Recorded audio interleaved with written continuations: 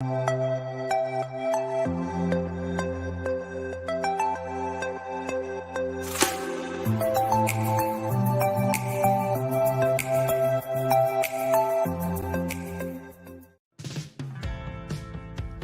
back with another episode of This Week in Indies.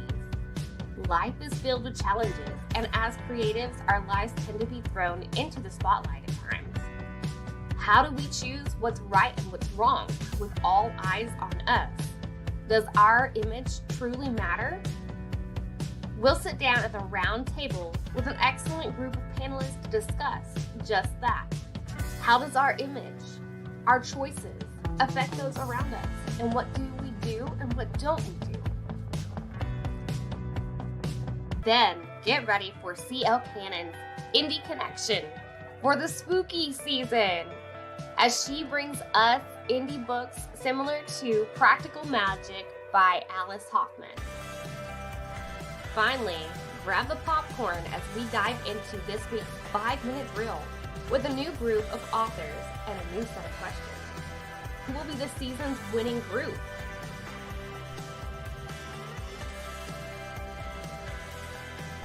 Are you ready for a good time? Because this show is going to be a blast. Here's your host for this episode, Madilynn Dale.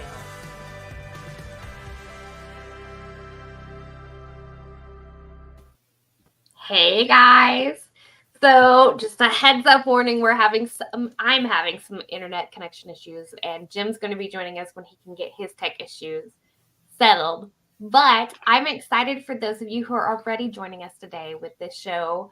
We are going to have a great discussion. And before I bring in our wonderful guest for this topic, hit that like button and subscribe if you haven't already. We are going to have so much dropping this week. And then we're getting ready for Multiverse, which is going to be amazing.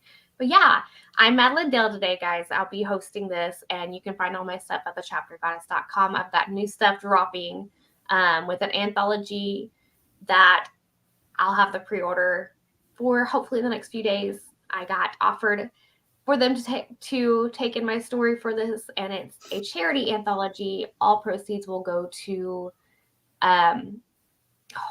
I can't remember the name off the top of my head. It's been a morning and I don't have enough coffee. But yeah, guys, I'll have updates on my media. But without further ado, let me bring everybody in. And here is our lovely group of people. We are going to have a chatty show today, guys.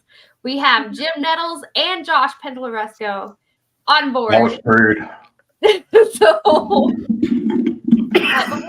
around, guys, if you're watching from Facebook, send us a star to let us know what we're doing, and yeah, you'll get entered into a season project. But let's start with Mr. Josh here, who's been on traveling, and go ahead and introduce yourself and tell our listeners and viewers about you and your books.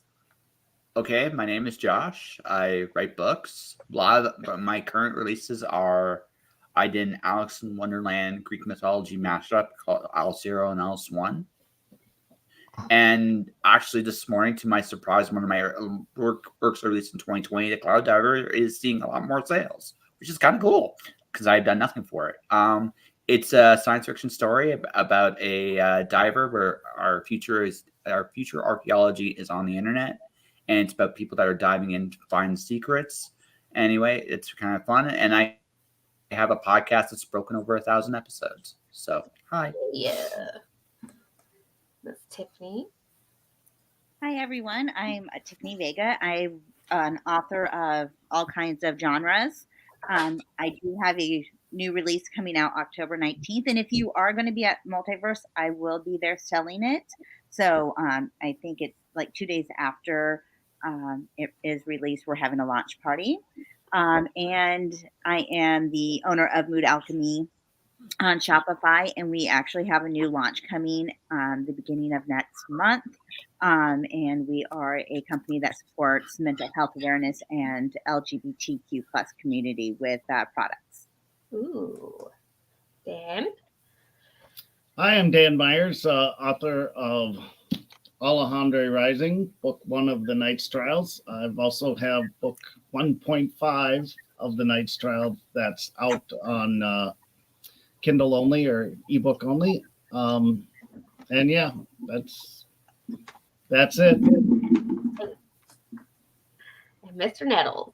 I'm going to pretend to be awake this morning, so we'll see how this goes and see if the technology decides to play fair now. We'll see if it drops off again. But I too will be at Multiverse, running my mouth on a whole bunch of stuff. I write a bunch of nonfiction. We just released the second edition of Business Essentials for Writers.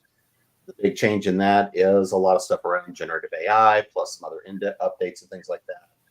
Some changes in the business and the market. I write a bunch of nonfiction. I've got several different series out there. Right now, I've got 2 new series that are in the works, and we'll see if and when those actually do manage to come out. I am the founder for Author Essentials, which is a workshops and education company for writers and creatives. And I am one of the founders for the Continual Convention.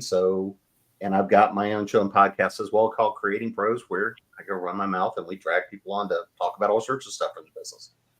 Yes. Which, you guys, this is going to be a great discussion. Since we're talking about image and everything and putting ourselves out there. Oh, before I completely get into the topic, Anita is joining us, guys. We've got her hanging out with us in the comments. And if you are watching, drop a comment, say hi. Feel free to leave us some questions. We may or may not get to them depending on how the show goes.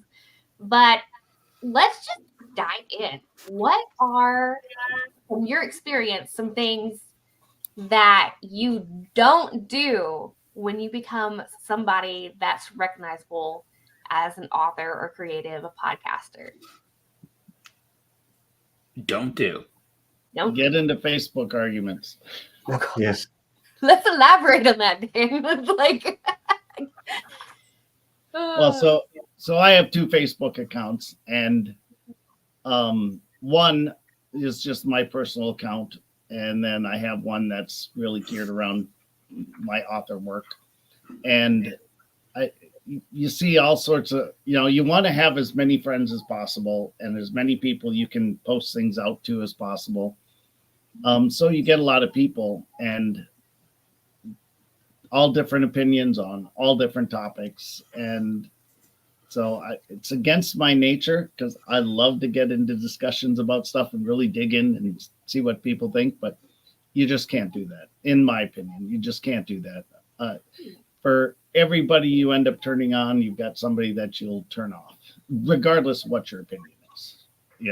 If you like blue more than red, you'll have a bunch of people who will hate you because you like blue more than red. So I just don't do that anymore on my main account. Sometimes on my other account, I'll make some comments, but yeah.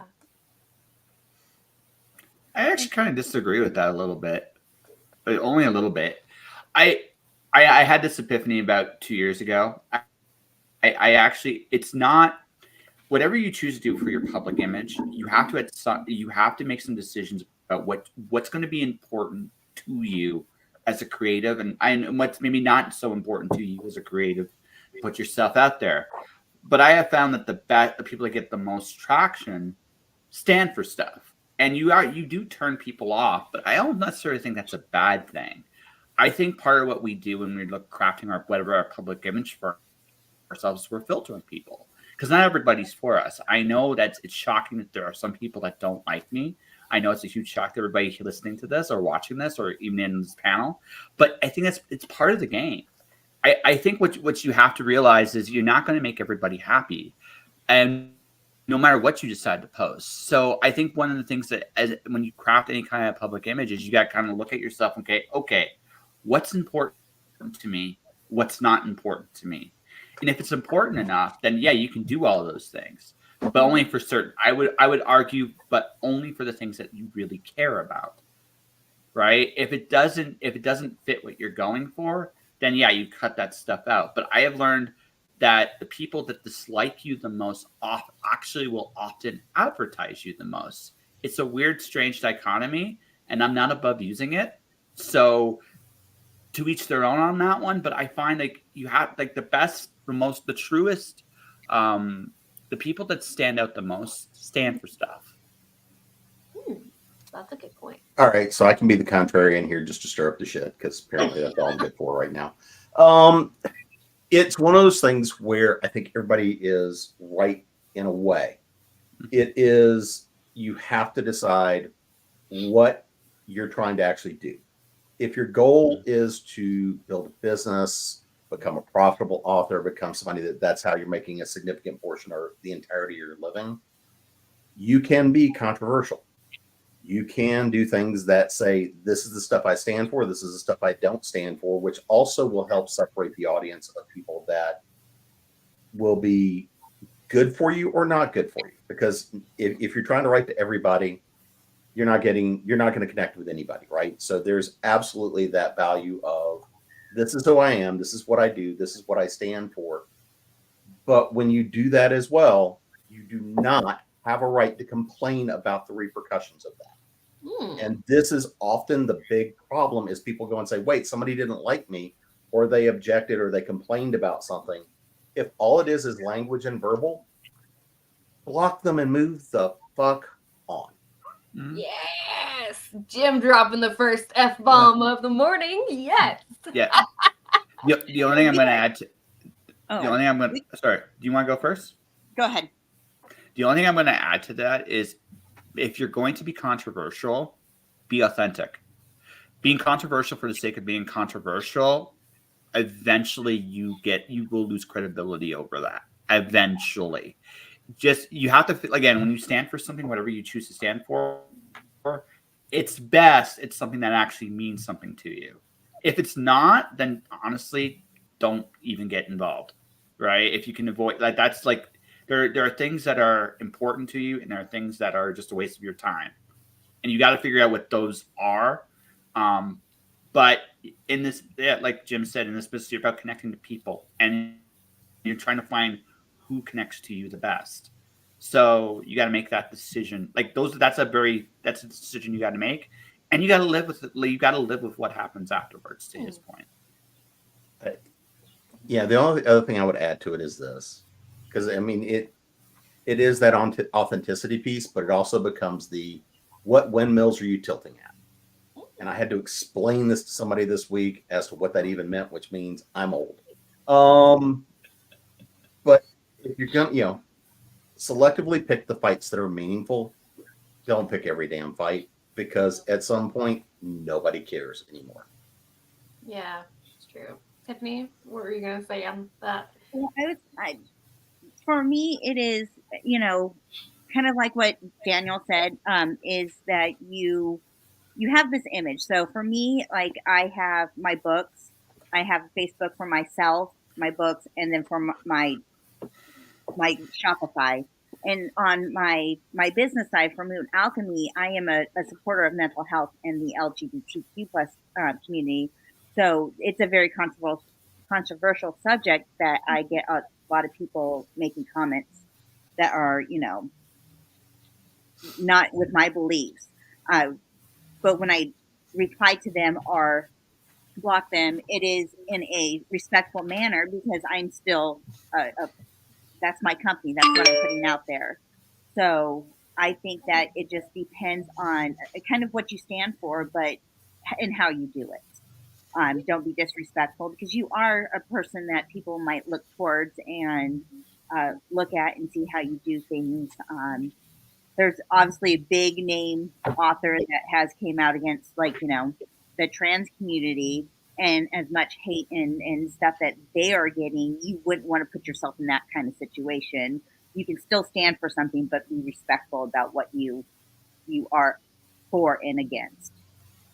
Yeah, and it also makes, like, for the readers of that person, like, puts them in a strange situation, because, like me, they've grown up with that series, and it's like, okay, am I allowed to still enjoy the world and the books and stuff, but not get along with the author? Ale Mingle is also joining us, guys. So, but yeah, that is definitely a big, like, thing you don't want to get stirred up right away, especially as you're trying to kind of bring your image more spotlight, right? Well, again, it either. Oh, I'm sorry. Go ahead. Nope. I was just gonna say, definitely, you want it. When you No. Go ahead, Tiffany. people to like you and notice you, and you don't want to paint yourself in a bad light and have just a certain population follow you based off of what they might think that you believe. Here's what I want to add, because, and this is something that I've been having to do this with a couple of clients, is have this conversation this week.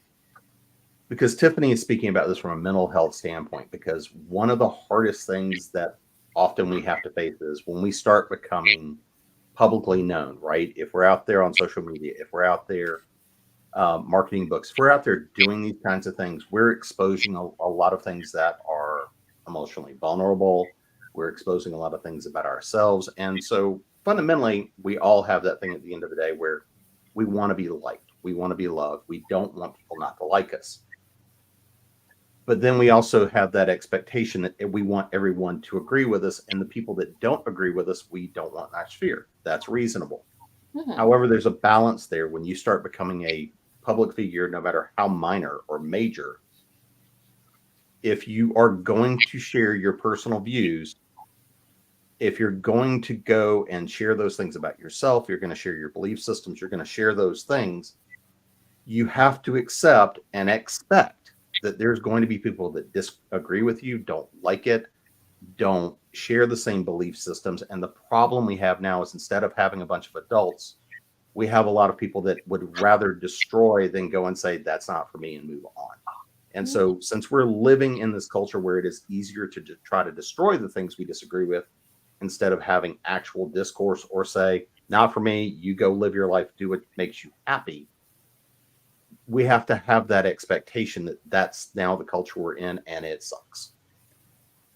Yeah. I would actually add, like, since like some people have thrived off that. Like, look at that. I'm gonna go back because there's a modern example, but I don't know if we want to go delve into that too much. But Howard Stern, when he first was starting to really take off, the people that paid the bills were the people that despised him. They watched him twice as long, and for the same reason that people liked him, they wanted to hear what he had to say.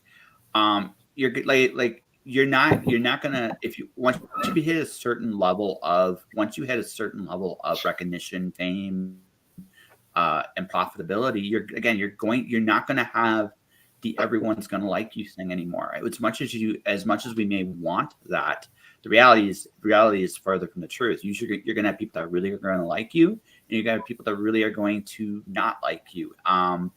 And one of the things you got to deal with is, okay, they're going to go out of their way to try to attract you. I'll give you an example with me that happened in the summer. I was in San Diego doing San Diego Comic-Con, and I was just posting art images up on my on just my personal page and stuff I've drawn. I actually had a couple people. I had two individuals. This is funny how this worked out. They actually asked how long I'd drawn, which has been only for a few years, and they were like heavily trying to criticize my art style, my art choices, all that stuff. Ironically enough, about an hour later, I got my first actually art commission. The point I'm trying to make here is, you're gonna, no matter what you choose to do, you're gonna find people that will go out of their way to detract you. On the other hand, maybe if they weren't such a big detractor, I wouldn't have got my first commission. So what I'm telling you people here is, the people that don't like you, just sounds very cynical if you use them. Good point. Yeah. Dan, Yeah, I would ask you though, Joshua. So, but when they posted that, did you get in a big argument with them about how they were wrong? And see, No. Exactly my point is, I think that we all get criticism, and we'll all get people, posting random stuff. On my group, I don't know why, I've got people posting porn, and I'm just like, that's worst. Block them, block all their accounts, do all that. So we'll get people posting whatever on, even though it's a Facebook group about my book. And like I said, if they post it, if it's offensive, I take it down. But otherwise, it's just like, okay, that's your thought. Good for you. Have and a he nice just day. says, The porn bots. But but sometimes like it goes beyond that, right? It goes into like they're coming after you for something you stand for something you say. Oh yeah, that's different than a Facebook argument. I mean, if somebody's attacking me, I'm going to respond, but I'm going to respond in a factual and calm manner. And a friend of mine said his philosophy in life, which I kind of thought is a great philosophy, and he said, be kind. It doesn't matter how people are treating you, just be kind. Don't say anything you wouldn't want said to you, and you can agree to disagree and just end the argument. And I don't have anybody saying negative things about me personally because I'm such a great guy.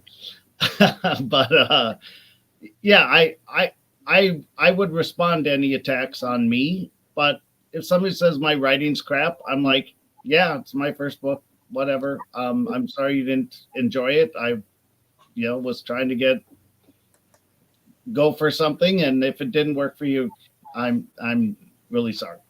Yeah. And then that's it. I don't tell them, well, I had 3 different editors look at it and they all liked it, so you're dumb. I don't, like I said, I just don't get into those type of arguments about anything if I can avoid it. And A.O. Mingle adds, I have learned to develop a thick skin. My books tend to be polarizing as they address many social issues. As my page has a following around the world, I have many different value systems represented. And when my novel, The Blood Decanter, released, I received comments saying I was going to hell, that I should be excommunicated from the church, etc. But I have learned also to not read the comments. That is a good point. Don't read all the comments. It's like, I'm one of those, I'm like, don't read all the reviews too at times, depending on the person. But I'm going to shift our thinking and stuff a little bit. And let's talk about some of the things to do. How can we be an inspiration with what we do as a creative? What are do's for your own personal image that is going to help you?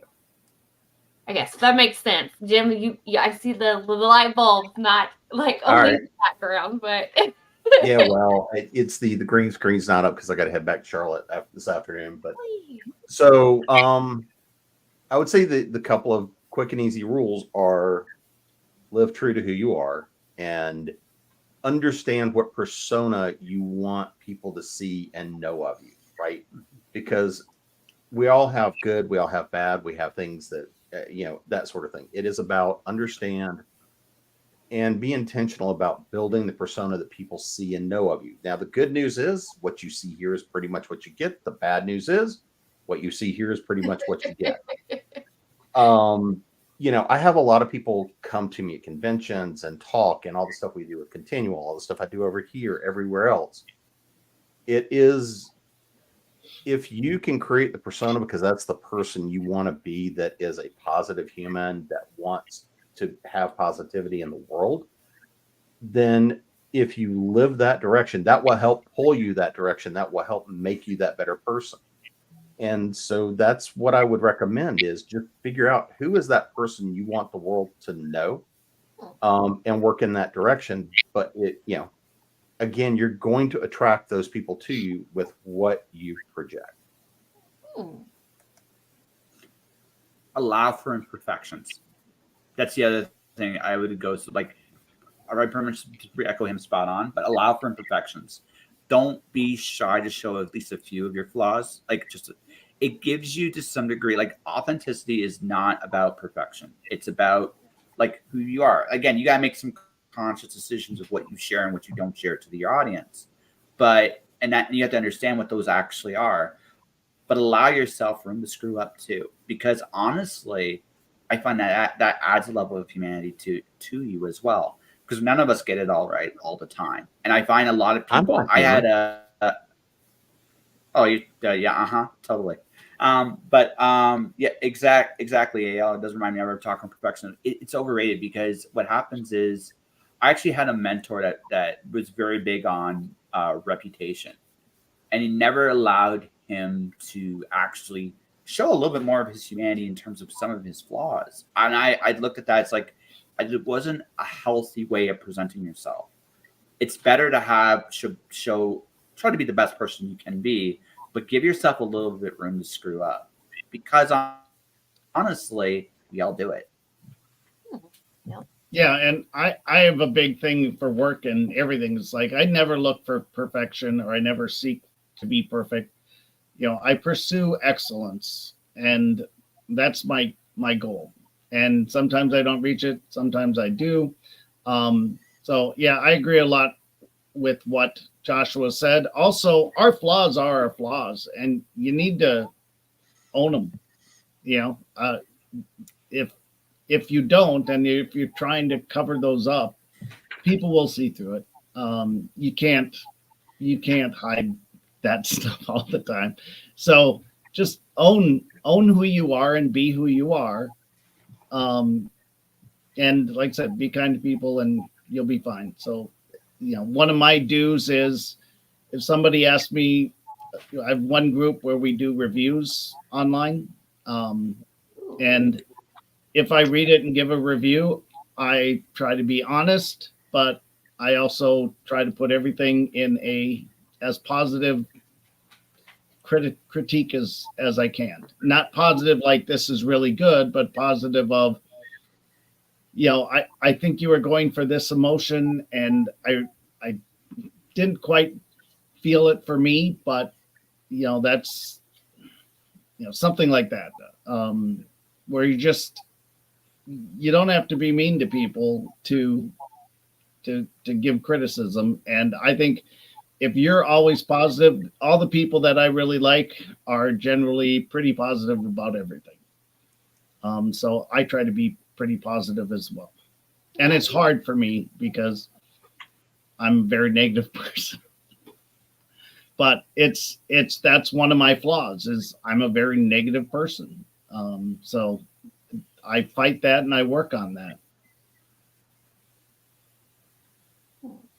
I think being authentic is like the best thing that you can do. And like for my case, if I'm sitting there promoting my business and we're talking about positive mental health, and but then I'm going on to my personal thing, and I'm posting things like, oh, depression's not real, and being really like negative towards mental health, then I'm not being, I'm being one way to sell things and being a different way in real life.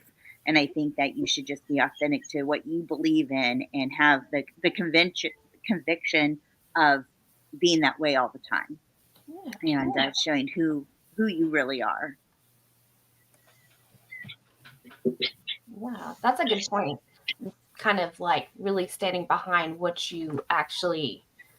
you actually are. Like, don't be afraid to be yourself, so to speak. So that is great. Any other do's that you guys would recommend? Like, engage whenever you can. If you go to a convention, go sing a karaoke song. I don't even care if you can sing. Go to the dance and engage with people, and engage with people at what they're doing and what they enjoy. That's for me something both work and author life is I try to do. So don't be afraid to get out there. Don't be afraid to take questions. Don't be afraid to take criticism. Go out there and engage with people as much as you can. Sometimes you have to put your introverted self kind of like aside and just step out of that bubble, right, guys? And take a chance. Yeah. I think taking chances is the best thing that you can do for yourself, because you never want to live with what ifs. And like, I'll just use me for example, like multiverse. I've never been to a convention. This was going to be my first one, and I took the chance to do it, and I got accepted, and we'll be there. And it would have never happened if you just didn't take a chance. And you'll never know what happens if you don't put yourself out there. So you'll never get what you want if you don't do it. So yeah. Mm-hmm. And I have to say, I kind of did the same thing with Multiverse, although you're stepping into like sell right away. I did not. And that's huge. Like that is a big step. So Yeah, we just drug you in, didn't we, Maddie? yeah, you did. Kicking So and I had screaming. to find a way for you to come. And I'm like, okay. And now I'm like, okay, I'm going to come and do all the things this time. So if y'all see me like chugging a Red Bull or something, that's what's going on. Don't forget we've Red got Bull's some. fun because I'm with a Red Bull. I think the big thing, especially if you're going to do something in person, right? If you're doing something like this, have fun, enjoy it, right? Yeah. If you walk in with certain sets of expectations of, oh, I've got to sell this number of books, I've got to do this, I got to do this, you get focused on the wrong things.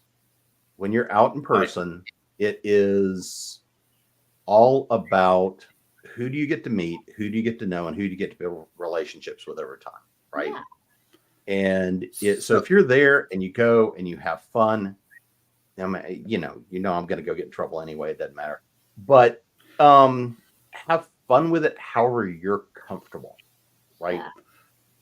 And because if you're not enjoying it, everybody else is going to know that too. And instead of having people want to come talk to you, find out about you, create those relationships, it's going to become you've got shields up, you've got a nice big bubble, and everybody's going to go stay away. So, I mean, but if you are doing anything, whether it's in person, whether it's social media, all these sorts of things, and we all do stuff that we don't necessarily like or enjoy, but you need to find the way to have fun with it or don't do it. Yeah, and that kind of goes along with what Ale says in the chat. In my experience, I have found that getting out from behind the keyboard and connecting with people in person has really helped with the engagement online. I just finished my second book tour yesterday, and my tours are connection-based tours rather than selling-based tours, which is good because it is about that connection, you know? I have to admit, my most recent convention that I went to, which was more like focused on just the writers, I have had more people interacting with my post from that just because they had a little Reader's Day thing come through, and it's been a huge improvement in interaction. So getting out there face to face it's hard but worth it. I got a fun story. I was at San Diego Comic-Con in the summer, and so the indie booth, I saw a gentleman there that was doing kind of this half dance as he had this sign up there. It's like, it's okay to make eye contact, and that's how he was reaching people out. And I went to him like, okay, you gotta go all the way with the dancing thing, because he's got this like half like little shimmy going up. So what ended up happening was I would sneak up behind him during the day. I would try to sneak up behind him with some kind of dance move. I actually snuck up behind him doing a can just because I could. Because again, it's about having fun, and I just wanted to see if I could crack him. And every day, like, he caught me one of the like 4 or 5 days I was there, but every other day I'd sneak up behind him and just say, "What the hell is he doing?" And just break out laughing, because it's about those connections we make, and it's about the impact you make as people, right? And you can have fun. Like there's no rules saying you have to be a certain way at a certain event. You just can't be afraid to say hello and see where it takes you. That's my entire career in a nutshell, actually. So not necessarily a bad thing either. So no, you want it to be fun. It leaves lasting impressions. When you create that happy connection, I feel like the person's going to remember you longer. Or maybe like just strong emotions in general, kind of like supreme anger could also leave a lasting effect. So can't be afraid of both.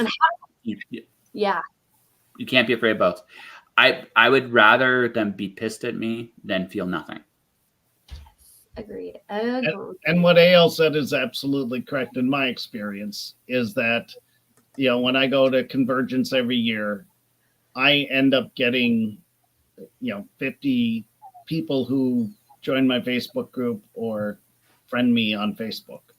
And these are people I don't know, but people I met at the convention and handed out a bookmark to, or, took their name down.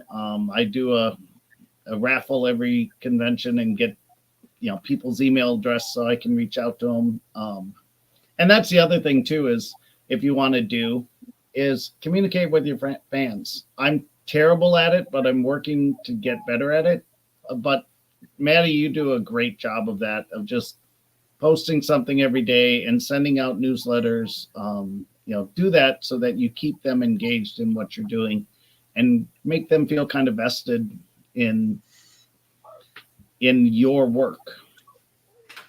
Thank you. It is a lot of work, but totally worth it. I will put that there. A lot of work. So, but yeah, it is keeping those connections. Yes, it is a lot of work. Yes, I'm exhausted a lot of the time, but the joy that comes from getting that connection and just chatting with that person is 100% worth it. Yeah. So what are some other don'ts? We talked about not engaging in like arguments and stuff like on Facebook. AL says, I worked on building my search engine presence over the past few years. As everyone has a smartphone, as I chat with someone, I have them search me on Google. It's a great business card. Oh, that's a smart move. That is. Oh, search on Google while you chat. I like it. Now I'd be more like search you on TikTok, but yeah, same. I mean, concept. That works too, but like Google. Well, if you've got to search me on Amazon. Yeah. I was going to say, if you've got a community to invite people to, whether it's a Facebook group, something like that, that's like, it's not just about you. It's about if you can build a community that, you're around and that you support and they support you. That's where I like to invite people. Yeah, that's true. And having those communities are awesome because then you can build each other up as you go. I can't tell you how many times I've actually sent like some readers like towards other people. They're like, oh, well, I don't really do like urban fantasy, but like this, they read dystopian or like something with action or whatever. Like I'll send them to be like, okay, well then this author you might like them, or like if they like superheroes and comics, like just yeah. So having that community is awesome. So I think for a don't, a big one is don't be scared. So like when I go up and talk to people, I have to remind myself that this is like 1 in a trillion people. You may never see them again after today. So put yourself out there. Don't be scared. What they think of you is not going to last. Ooh, and just put yourself out there because, a lot of people are afraid to share what they do or how they do it. And they want the recognition, but they don't want to put themselves out there to do it. I was like that for a very long time with my YouTube channel. I didn't want to tell people I did YouTube. And then all of a sudden I'm like, why am I scared? I'm not going to meet these people in real life. Yeah. They're just on the computer, and so finally when I started to relax, I was comfortable with telling people like, hey, why don't you check out my YouTube channel, check out my books, check out my store. And it just overcoming that fear of what is somebody going to think about me. Yeah. And don't be shy. Mm-hmm. Yeah. And in the same way is I went to a party last night and I brought bookmarks. Hey, you read? You like reading fantasy? Here, take this. Don't do anything about it right now, but put it in your pocket and maybe later you'll check it out. You got to be kind of aggressive with marketing yourself. You can't just like wait for people to ask, well, what do you do? And it's like, I would say. Do you want to go first, James? Do you want me to do it? No, go ahead, Jeff. So there's a fine line I find with. So you have to. I'm unapologetically salesy when it comes to my stuff. I'm a freelancer. I've learned very much. It's what I primarily do at this point. You can't be I have no fear to talk about anything I'm doing, not even a little bit. It's just what you have to realize is like ultimately, no matter how you want to look at this business, if you're looking at it as a business, you're in the relationship business. You're trying to establish relationships with people. That's what you're doing. And sales, ultimately, whether people want to be, if we're being honest, is a relationship business. So you have to be like, well, this is who I am. This is what I offer. And the trick is realizing who your crowd is. I don't necessarily want to lead with a sales pitch, but what I would rather do is introduce myself as a person and make a connection first. Once I make that connection, then I'd have no problem doing my spiel. I have no problem whether you know me or you don't. I got no problem talking about me all day long. But you have to understand that what you're really trying to do, we're the products. Not so much our books, not so much or whatever else we do. At the end of the day, we're the product. And what our works are the ways people can invest in us. So get people to know who you are first and foremost. Then you can do all the spiels about everything else you do. Right. And that I have found has worked more often than not. It works great in person. It even works great online. Right. Everything I do is geared toward me, like myself, that personality I create, whether I'm offering an advertising service, whether I'm offering voice work, writing work, whatever it is I'm doing. I apparently do educational content really well. I've discovered that not too nice soft pitch there, Josh. Yeah, very good. No, seriously. But again, that's the whole point. But that's the whole point. I am unapologetic about it. I am completely unapologetic about it because it's natural, right? And I should be. But again, people know who I am here, so I got no problems. Like, okay, this is what I am. This is what I do. This is what I offer. That's the business end of it, right? But that's how you do it. Like, don't necessarily lead in with it. It shouldn't be the first thing you go to. Right? Oh yeah, I agree. But you can't be shy to go in there. Absolutely, that's good advice. That what he's saying there is, yeah, it's a really good piece of advice. But you can't be afraid to say, "This is what I do. This is who I am." Yeah. And you can don't shy away from it with anybody because that's who you are, right? Yeah. Marketing opportunities everywhere. Sorry, I said that. I slashed those really quick there. Jim, what were you going to say? Because I'm curious to hear yours too. Oh, hell, I don't know. So there's a couple of don'ts I would put in there. That the first of which is, don't be afraid to sell yourself, right? Yeah. Because that's the number one fear. But if you can't sell, you can't move money. Nobody's going to know you exist. Nobody's going to support you in the work you're doing. Yeah. So if you're, you do not be afraid to market and be shameless, much like Josh or myself. You might tell we talk a little. The second thing I would say is, don't treat this like a solo business. Don't act like you're in this by yourself. Because if that was the case, this network wouldn't exist, Continual wouldn't exist, a lot of other things wouldn't exist. The crowd of authors that we frequently travel with and do shows and stuff like that would not exist. You, as an author, are not working in a vacuum. You're working with editors, you're working with critique partners, you're working with beta readers, you're working with artists, you're marketing people, even sometimes Josh. And we're working around and working with people, all too often the perception that many people start with is the idea of the writer lives their entire day hunched over a keyboard, their fingers clawed, much like the deformed piano player trying to draw the blood from the stone. And it's that actually hampers our ability to create, because then we have a fear of, oh my God, if I go talk to somebody, they might steal my idea. They might do this. They might do that. If your idea gets stolen, they're not going to do it the same way you do, because there's a ton of ideas out there. If somebody's that desperate to steal an idea, go with God, and let's see who does it better, right? And kind of that third big don't is the one that says, don't try to be the person that you think other people want you to be. Yeah. Go out there, because again, this may sound counter to what I was saying a while ago about create the right persona, create all of that, but it still has to be fundamentally you. It still has to be the person you want to be, embody, all of that kind of good stuff.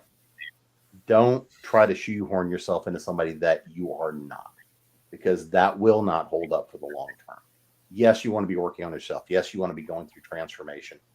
But no, that does not mean that, because one of the things that when we sometimes working with clients, the things that we do and some of the other things that I do is people try to craft themselves into a perception of what they think their business needs or what they think their industry is looking for. And so what happens is they try to pretend to be something that they're not or someone they're not, or try to emulate somebody else instead of bringing their own uniqueness, their own value, their own viewpoint. And by doing that, they actually destroy both. They destroy themselves internally, externally, and they don't ever create brand. They don't ever create market. We all start by in ways of emulating those people that have inspired us, right? That's part of the game. But don't think that you have to create yourself in a way that looks like your heroes, or what the market says that you want to be. Yeah, that's good advice. And I'm going to pause us here because it is spooky season, guys. And I know there is a great marketing person that works really hard to bring us an amazing list of indie books. So check out this week's Indie Connection.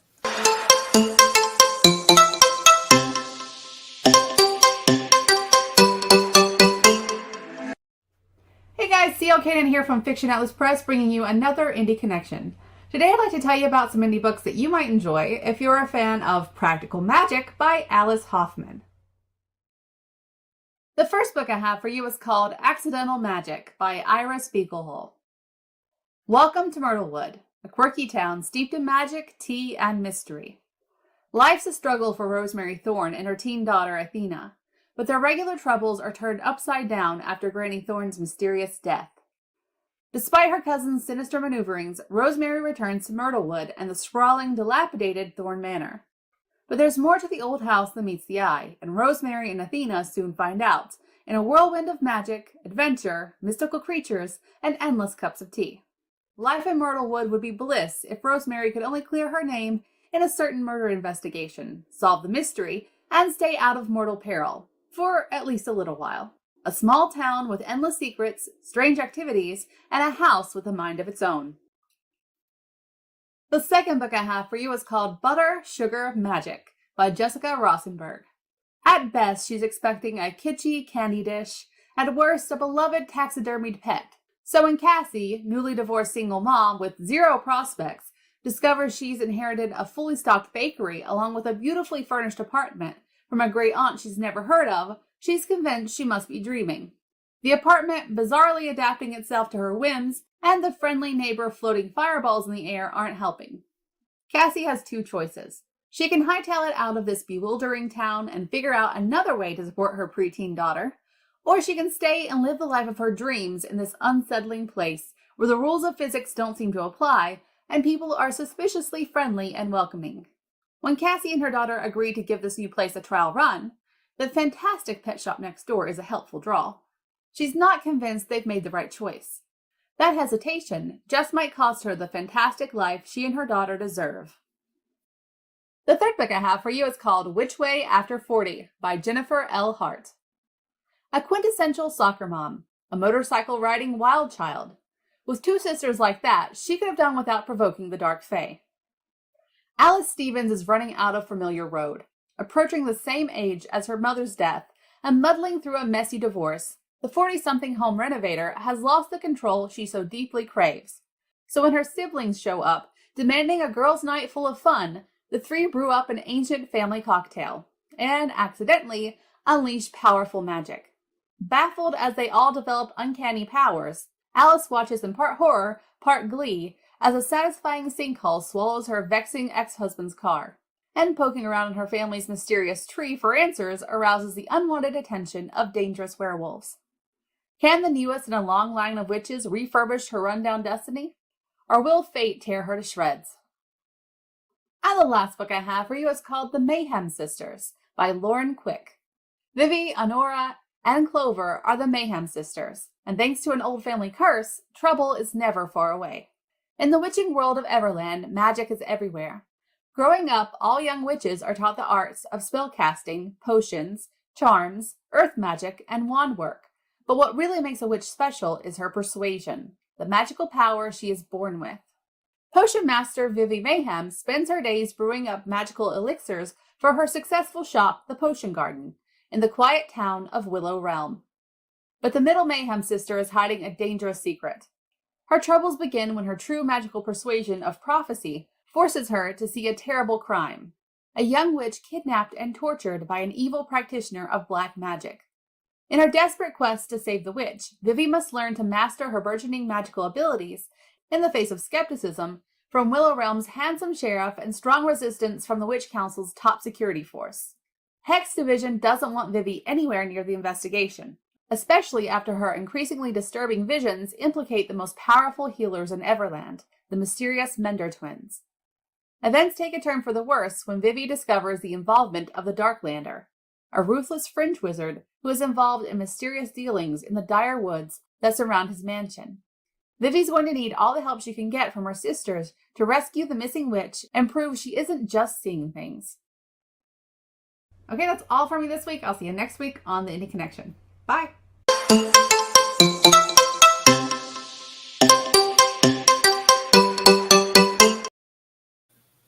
I have to admit, all of those books have been added to my TBR because those are like right up my alley.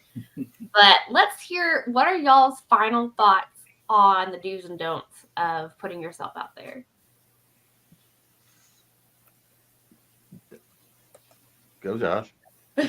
At the end of the day, just ask yourselves, who do you want to be, and honestly try to be that person.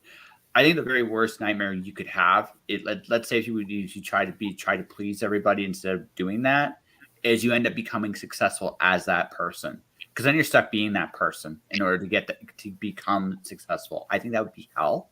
Just my opinion on that. But try again. This is about being who you are and enjoying what you do at the end of the day, and being the best version of you that you want to project to the world. And that is the best do I can imagine doing. I agree. I think the biggest do is put yourself out there, be who you are, be authentic. Don't hide who you are. And you have to remember that there's only one you out there and nobody else can do it like you. So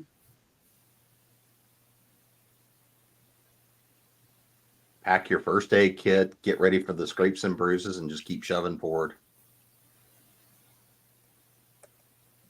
And I would say, be positive as much as you can, and take everything, all the criticism in stride, learn from it, evaluate it, and, just keep moving forward. Your life, you're not this one person right now, and that's what you're going to be your entire life. So work on your flaws, work on your strengths, and just keep moving forward. I like it. And Ale Mingle adds, people need to buy into you first. Mm-hmm. Positive, but be real. Mm-hmm. Those are all great tips, great advice. And now let's get ready for some fun, guys. And I have a cat that's going to be pestering us. So who is ready for some fun questions? Let me get everything pulled up. Did I close it out? I think I did. I closed it. No, I did not. Quit. Leave my mic alone. Okay. Window. Okay. All right, my friends. Let's change our layout. First off, I can move the cap. Okay. All right. So before we start the timer, guys, we're gonna change me and Jim around here. Remember, you have to answer the questions as much as you can, especially considering we're racing against other shows. You got to answer the question, answer all of them, and we got to beat the timer. Okay? You got it? Are we ready? Okay.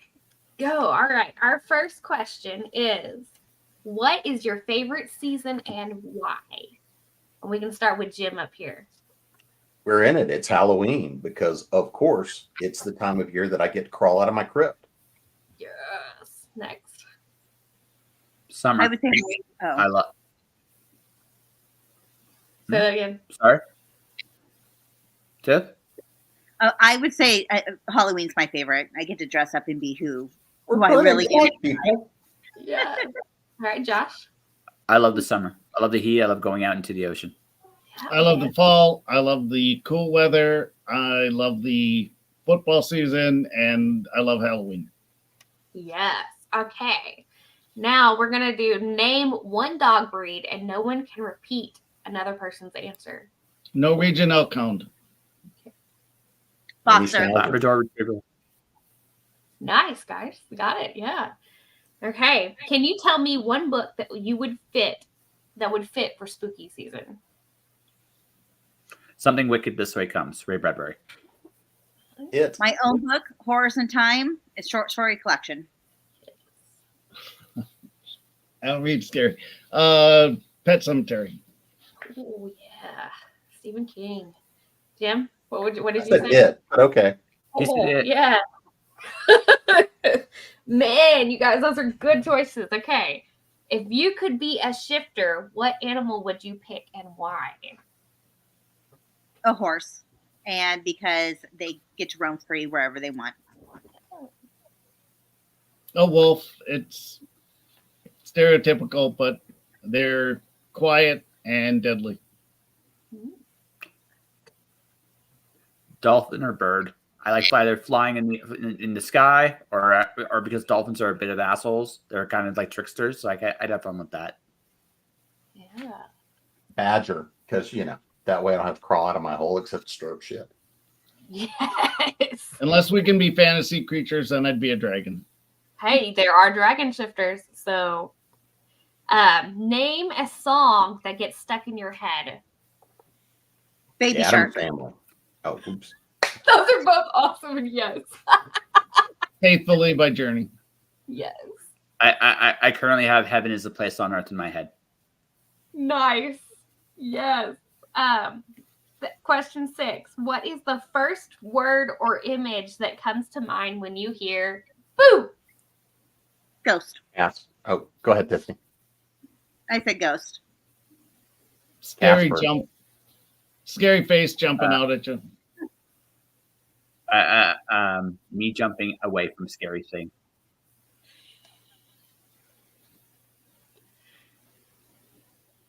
Jim, what was I think yours? it's everybody. on this? Casper.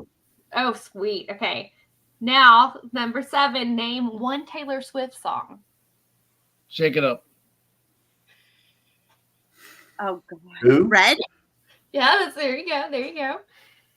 Mastermind. Okay. Isn't she like chasing some football player?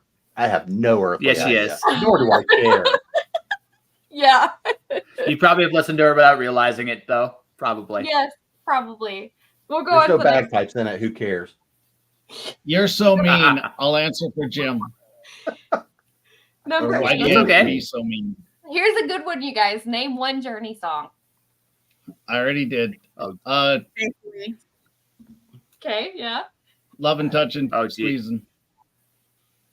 Okay. Oh, geez. Don't Stop Believing is the only one I know. Yeah, it's the Okay. only one I remember off the top of my head is Don't Stop Believing. And I should All know right. them all because I was there. It counts. 9. Name one awesome thing you love about Joe Compton. Oh, His he's voice. awesome. But you have to name one awesome thing. Like His what? voice. He's got a great voice. Yes. He freaks genuinely me cares. Yes, he does. He genuinely No. cares is mine. He brings me Guinness. It's good. He's I very want creative. He's probably gonna like hate me for that question, but it's okay. And number 10, tell me about your favorite pair of shoes. My cowboy boots. I don't have a favorite pair of shoes. I just use them to wear and walk. I beat them to shit. So they're not. There's none of my favorites. I have a Nike pair right now. I'm using. We'll see how long they last. There you go. I have a crushed velvet purple stiletto that I absolutely love because I'm 5'0" and it makes me very tall. We'll go with my fuzzy slippers I usually wear when I'm working in the office. Nice. All right, guys. We reached the end, and I think my timer paused or freaked out. That was weird. It broke. It broke. Stopped at 24 seconds. So, yay. It'd been better if it stopped at 007. Yeah. All right, guys. Well, we have reached the end. So let's go around the table. We'll start down here with Jim. Tell everybody where they can follow you and where they can find your book. I got a Facebook group, The Knight's Trials. You can follow me on Facebook. Look up Daniel Myers. I'm on Instagram. You can go to my website, www.wyvernsairy.com, and look for me at Convergence every year. Yeah. Easiest thing to do is to find me at jamespnettles.com. That'll take you out to the books that are currently out. It'll take you to Continual if you want to come check out kind of the programming and stuff we do there. It'll take you to the podcast Creating Pros. It will take you to the Spec-Fic Academy, and it will carry you over to Author Essentials and AE Workshops, where we do workshops and a bunch of other stuff. And if I get caught up, it'll tell you where I'm going to be, but I will be in Multiverse in 2 weeks. Yeah. Tiffany? You can find me at booksbytiffanyvega.com. It will have all my links to all my socials there, my YouTube, my podcast. But you guys can pre-order my newest book, Yours Curse, and it will be out October 19th. Ooh, nice. Josh? My podcast, Just Joshing, is now kind of in the mixture between now Twitch and being on the road. My on the road episodes are available first on patreon.com/justjoshing podcast. You can go actually listen to them well in advance. Some of them start dropping, and some of the older episodes start dropping as regular audio starting in 2 weeks. But you get a really good jump. I have stuff from Calgary and from my San Diego Comic-Con so far. More will be added soon. Definitely check it out. $5 a month gets you access to all of that stuff. Nice. All right, guys. And I am Madilynn Dale. You have reached and found Go Indie Now. We have some amazing shows coming up this week from all kinds of different hosts, including myself. I'll have a new character-driven episode dropping. And I, too, will be at Multiverse coming up in a few weeks. I'm very excited. You can check out updates and follow me and all my stuff. Oh, man, I'm so off with the pointer at my website, thechaptergoddess.com. And have a great rest of the day. Remember, guys, that it is always time to go indie now.